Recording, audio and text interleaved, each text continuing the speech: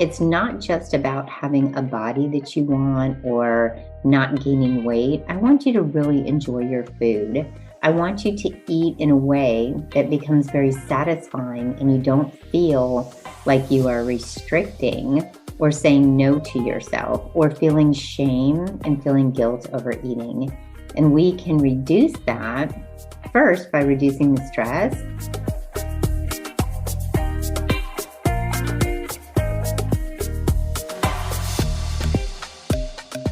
I'm your host, Kim Hines, and welcome to the Emotional Eats Podcast. I'm on a mission to show you that what you consume, not just the food, affects your entire life. Midlife is different. Let's dig into the real reasons why you eat when you're not hungry and why you're not feeling well. My guests and I are going to give you doable solutions and help you let go of perfectionism, food rules, and stress to make changes that will last a lifetime. If you're ready to ditch old school diet culture and nourish your entire life, this is the show for you. Are you feeling stressed and also finding yourself in the pantry or the fridge because you're feeling stressed out and eating makes you feel better? Then this is the episode for you. Welcome to my first solo podcast where we talk about stress. Believe it or not, some stress is okay because it gives us a signal to take care of things. But when it's chronic and it keeps going and it's causing you to not feel well or to overeat and not enjoy your food, then you'll want to listen to this episode. I offer many tips just to bring down the stress and feel better in your body. But then I also offer extra stress eating tips to help you not use food to make yourself feel better. Enjoy the episode and let me know what you think.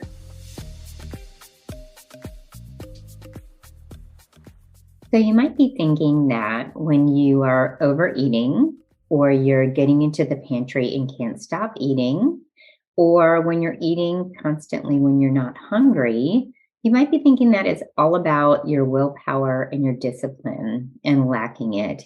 But really, we are in a very stressed and hurried world, and it might be stress. And we know that stress can be chronic, it can be daily, it can be situational. So I want to talk to you today about the stress that causes stress eating and give you tips so that you can bring down the stress, which is your root cause, but also give you additional tips to stop the stress eating. Because we know that when we're eating, not from being hungry, it's not enjoyable. We're not enjoying our food. This is not just about weight gain and the inflammation and how that can lead to chronic disease. It is also about really enjoying your food, and that's what I want for you. So let's talk about stress. Stress is a natural physical and emotional response to challenging things that are going on in your life. But let's talk about how does it manifest itself in you. And it can manifest itself mentally and physically. So you can be feeling overwhelmed. You might just be replaying conversations in your head or replaying your to-do list. You might feel anxious and irritable. And when you're stressed, do you ever notice sometimes we don't handle situations as well and we don't speak to people as nicely as we'd like to? Sometimes stress can really wear you out. If you find yourself being extremely fatigued and tired, that could be because of your chronic stress. And sometimes we feel it in our bodies and we feel it in very distinct places. Some of my clients feel it directly in their chest and they have a hard time breathing and they feel like they're feeling it in their heart, or they might even have some kind of rapid heartbeat because of their stress. We also feel it in our stomach. There is a thing called butterflies in the stomach, and that is real for some people. Some people actually have a stomach ache. Sometimes we feel it in our head. That can manifest into a headache or a migraine. Sometimes we feel it in our shoulders. Our traps are very tight.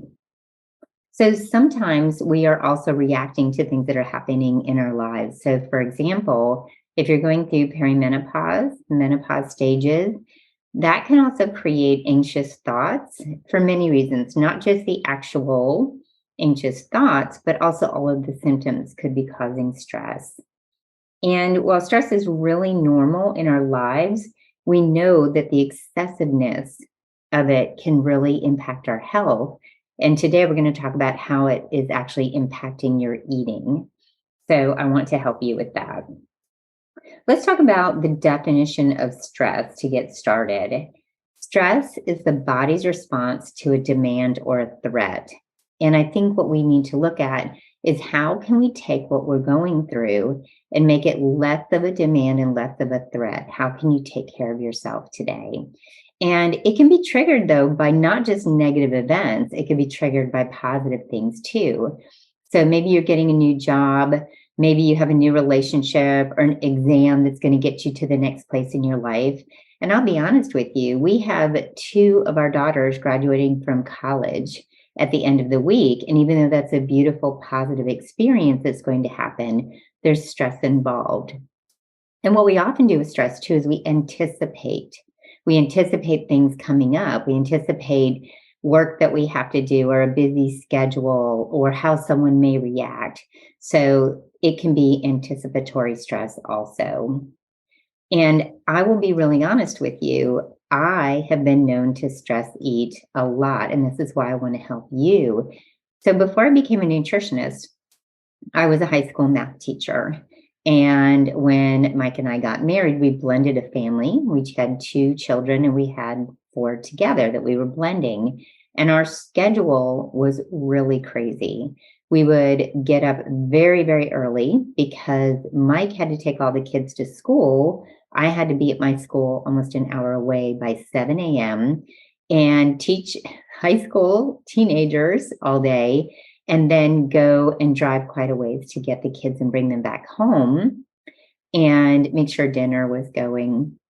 And when I would come in the door, I could feel all of that stress, but I wasn't actually understanding it or processing it. My brain wasn't actually talking to me about it. I felt it. And what my body did automatically was go to the pantry and I opened up the blue corn chips. That was my drug of choice as far as eating food when I was stressed out. And I would eat a half a bag of chips. And number one, I would not even realize how many I ate. And number two, I did not enjoy them. I ate them very mindlessly because at the end of the day, I was responding to a very long and very active and very stressful day. So stress is important, though. Let's remember that stress is an essential survival mechanism. It helps us to respond to these challenges so that we protect ourselves if something's really going on. And short-term stress can help us stay on the ball. It can help us stay alert and focused and motivated. But chronic stress is really not good for you. And this chronic stress that I want to talk to you today about how to bring that chronic stress down. The dangers could be, the increased risk of a heart attack or a stroke, high blood pressure. It could bring down your immune system. Many people have digestive issues. They have IBS or acid reflux with the added stress every day. It's not just the food triggers, it's the stress. We have mental health issues. I own a practice with two therapists. And so understanding more and more the stress that's involved with anxiety and depression has been really helpful for me to help my clients on the food side of things. And obviously insomnia. Now, if you're going through menopause, you can have an insomnia because of stress, but you could also have hormonal changes going on. So that's a double whammy that you have to deal with. So let's start with, before we even get into how to reduce the stress eating, let's talk about bringing down your stress, because the stress that you're feeling is the root cause of your eating. Now, some of us do not identify as stress eaters, but maybe this is something you can explore to find out if bringing down your stress helps you in some way with your eating habits and your patterns. We have a habit cycle. We have something happen and then we respond to it. And how you respond, if it's through food, then we want to make sure that that's what we address today. So one way to deal with stress is exercising regularly. It's really effective to reduce stress, and it releases the endorphins. It improves your mood. It definitely takes care of muscle tension, but it is such a great way for you to reduce stress. Interestingly enough, we are putting stress on our bodies while we are exercising. So we don't want to overdo it when we are in a very stressful time of our lives. But stress on the body actually later is really good for our bodies to reduce that stress. So exercising is really important. You've heard so much about mindfulness and practicing meditation. And I know some people do not feel comfortable or feel like they can do meditation. And I'm going to share with you, there are a couple different ways that you can deal with this.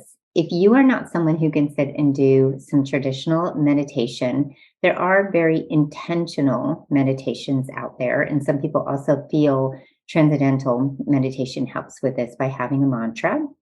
But mindfulness in general is not just about meditation, it's about being where you are at that given time. Because some of our stress is really those anxious thoughts about thinking about the future and not being really where we are. So, a great example is one of the reasons why I don't sleep really well is because I'm thinking about the next day, even though lying in bed at night, I can't do anything about the next day. I have to be exactly where I am.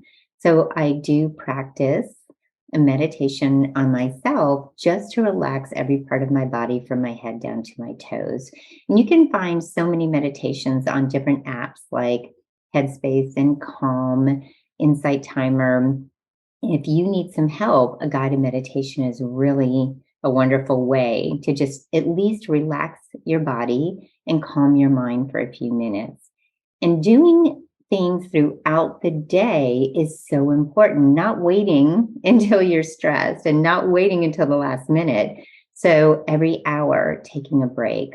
One of the time management skills that I give some of my clients is when you're working, set a timer. Don't set it for too long. Set it for between 25 and 35 minutes. And every time that timer goes off, whether you're ready or not, take a break. You can either close your eyes, get up and walk around, do some breathing techniques. So, another way to reduce stress is making sure you get enough sleep. We really need sleep for the body to recover. You need to recharge, optimize our hormones. There are so many reasons why we need to sleep. Another reason is, and I can't get into the scientific part of this because I really don't know it, but our brain actually kind of gets a washing and we get to process our day. Sleep is really important. And when we're not processing things and optimizing our bodies and giving it rest, it's challenging for us to have a really good day without stress. And the other thing that's challenging right now is if you are going through perimenopause or the menopausal stages, you are probably struggling with sleep anyway. So, sleep hygiene is really important, and making sure that at night you're getting off your electronics, you're giving yourself enough time to relax, maybe reading instead of watching TV right before bed, making sure that you're not eating those couple hours before you before you sleep. We want to make sure that blood sugar is stable when you sleep. So there is a difference, by the way, between rest and sleep. And I am not against a power nap during the day also. I think that's a great way to give yourself a break, tune out the world, and get a little rest. But rest is also taking those breaks in between your 25, 35 minutes of working, or just taking a minute to put your feet up, or just taking a break from your phone. I think that's one of the biggest things. It's very easy to feel more stress and anxious thoughts when we are on our phones all the time. And scrolling definitely can contribute to that for many different reasons, not just because of the activity of our brain, but also comparing ourselves to other people, thinking we should be doing something different, missing out. So, resting from the phone and taking breaks from the phone can reduce stress. Practicing deep breathing, and there's so many breathing exercises online that you can look up. And I do breathing plus guided meditation with my clients, and it really helps us calm the heart rate, calm the central nervous system, and calm the mind.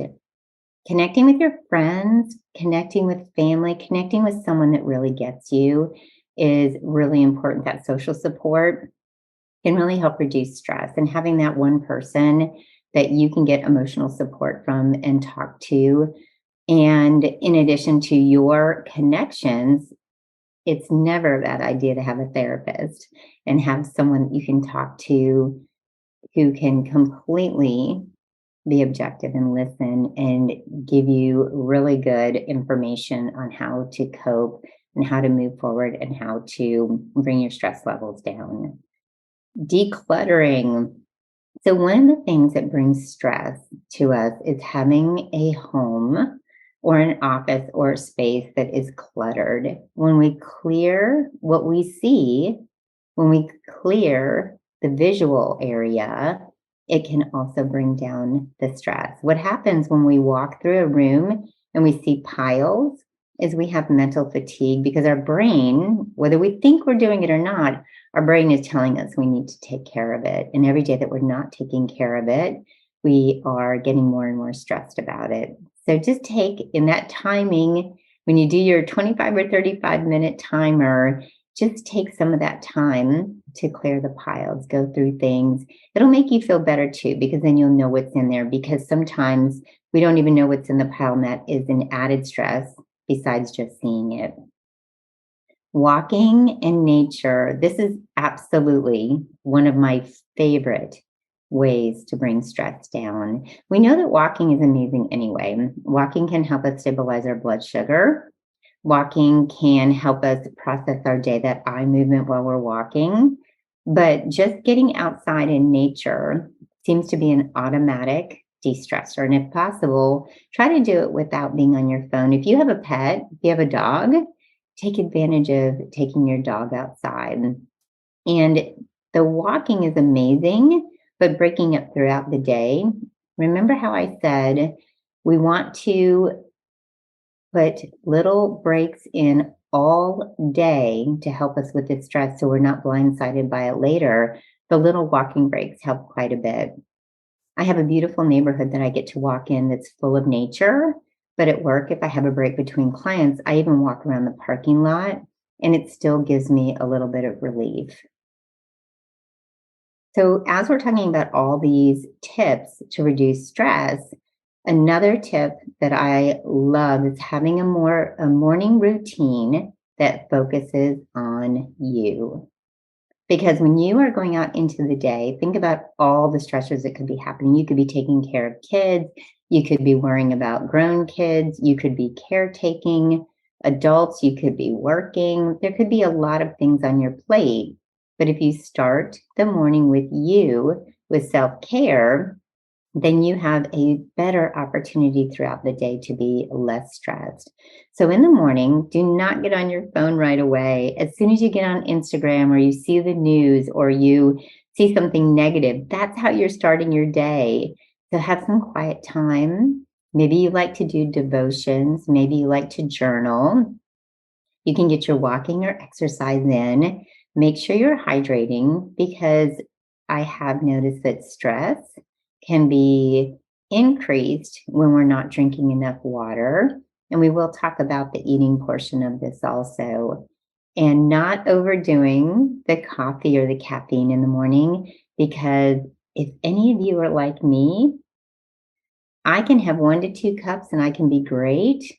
But that third cup of coffee will send me over the edge and I will be much more anxious throughout the day. And I always know it as soon as I have too much. And also making sure that you stop drinking coffee at least 8 hours before you want to go to bed. Maybe have a cutoff around noon, because you want to be able to go to sleep, because that is one of the tips for you to reduce your stress.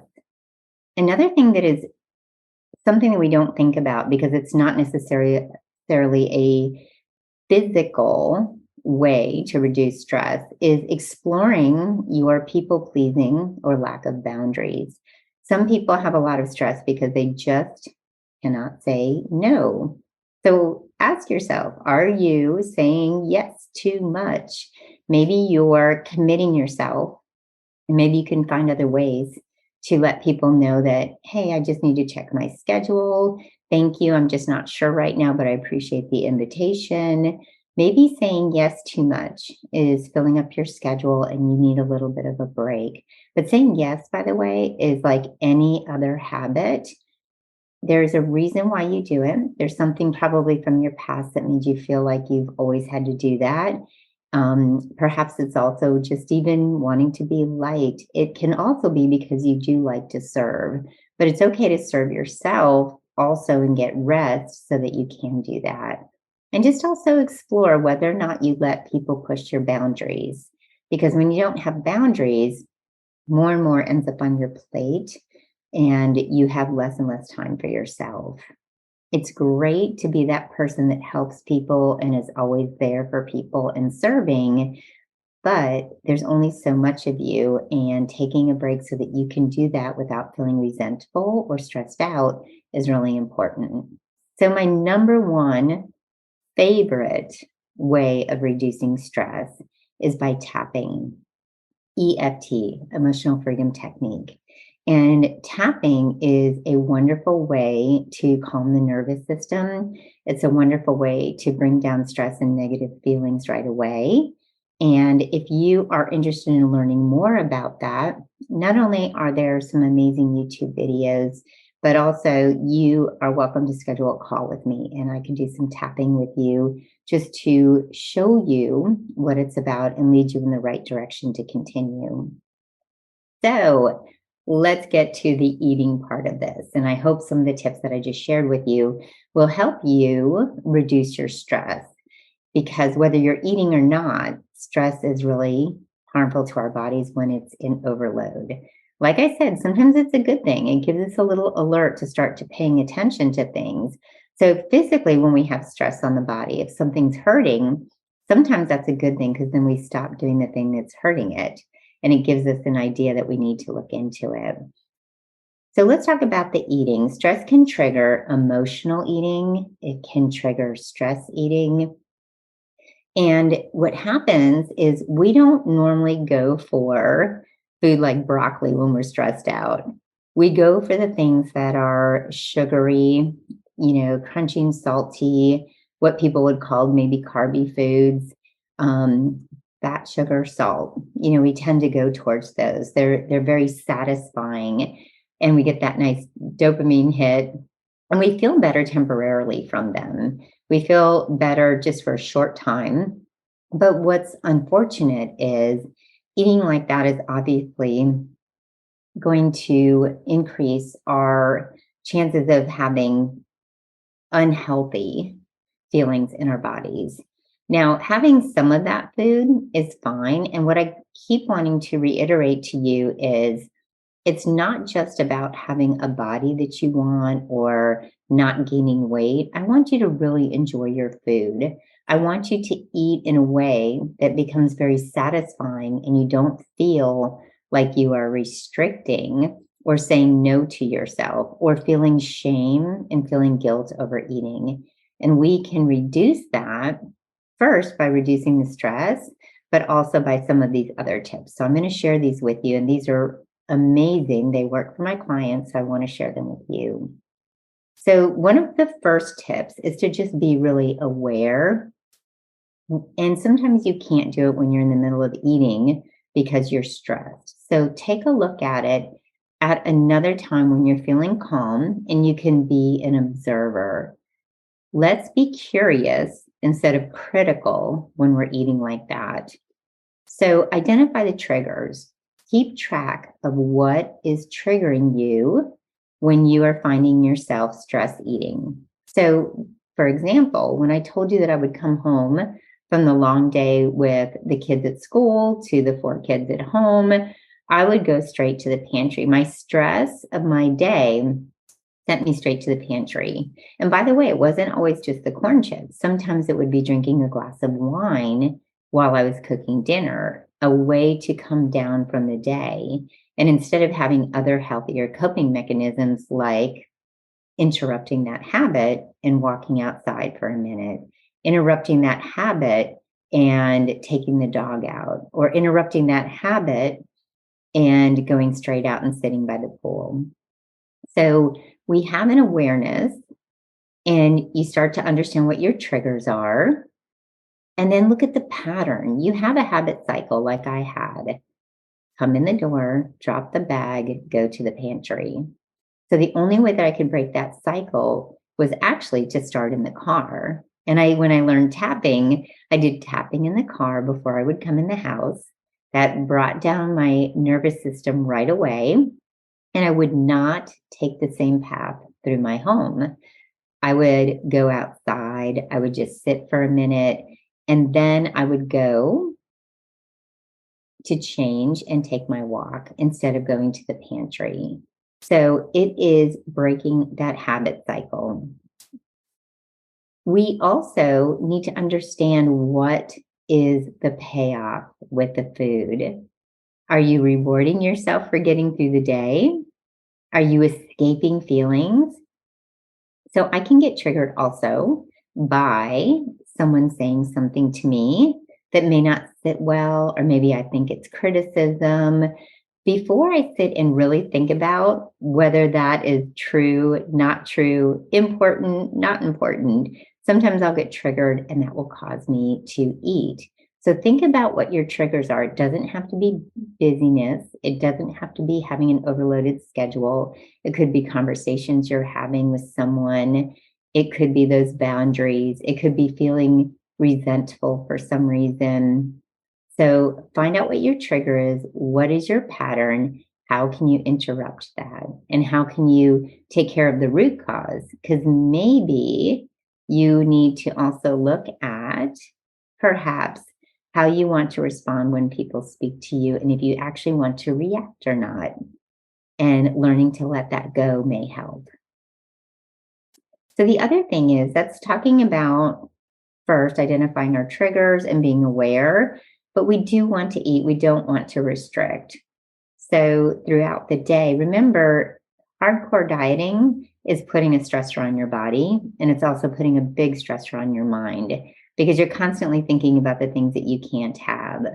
So choose to eat really healthy foods. Eat foods that are going to keep your blood sugar stable, because we also can feel more stressed and out of control and emotional when our blood sugar is not stable. And you have to find what works for you. You're an individual. Many of my clients find that having just a really, as my friend Melissa calls it, a balanced plate of protein, nice fiber, some vegetables, and healthy fats tends to really help. And that doesn't mean that you're not going to have a cookie once in a while. It doesn't mean you're not going to have the chips. It doesn't mean you're not going to have bread. Outside of food sensitivities, you can have any food you want, but remember, the goal is to be able to eat it, to enjoy it, not mindlessly, not forgetting that we're eating, and not looking at the bag of chips and being horrified because a half a bag is gone and you didn't get to taste them. It's about really enjoying your food, which leads me to, are you a fast eater? If you are a fast eater in general, this can also be a way that you're overeating when you're stressed. So slowing down and having no distractions, not eating while you're on the phone or in front of the TV. I had a client recently tell me, but that's my relaxing time. I get to eat and snack in front of the TV. And I understand that. It's a way to relax and come down at the end of the day, but you're not really enjoying your food if you're watching a show while you're eating. Savor each bite.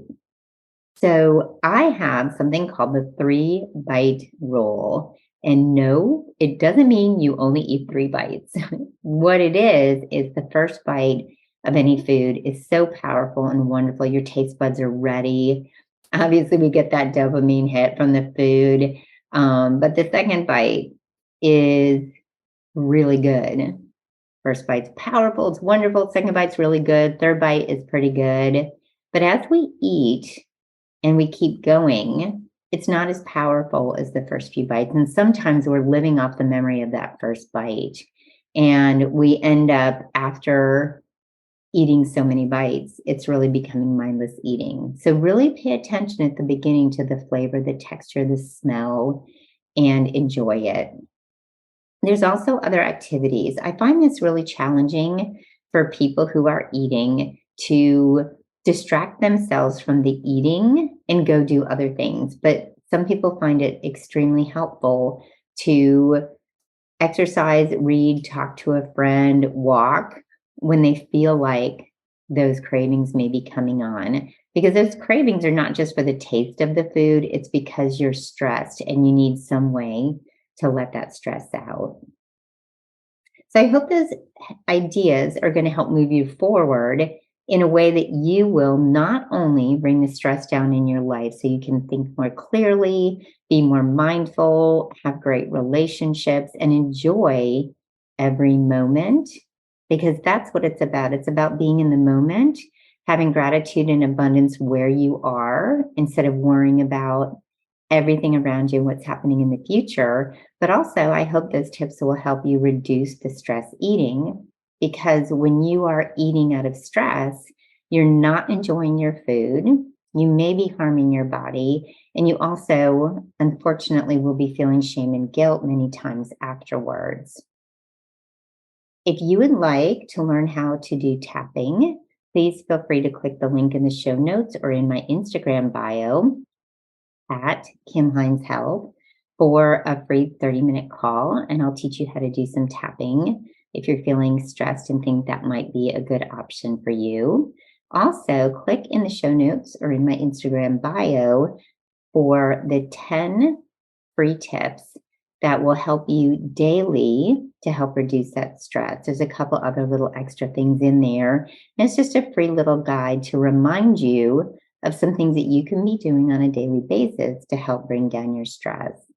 So make sure that if you liked this episode and you know someone that could really benefit from it, please share and give me a 5-star rating and review. But also, please make sure that you take care of yourself and nourish your entire life and give yourself grace today.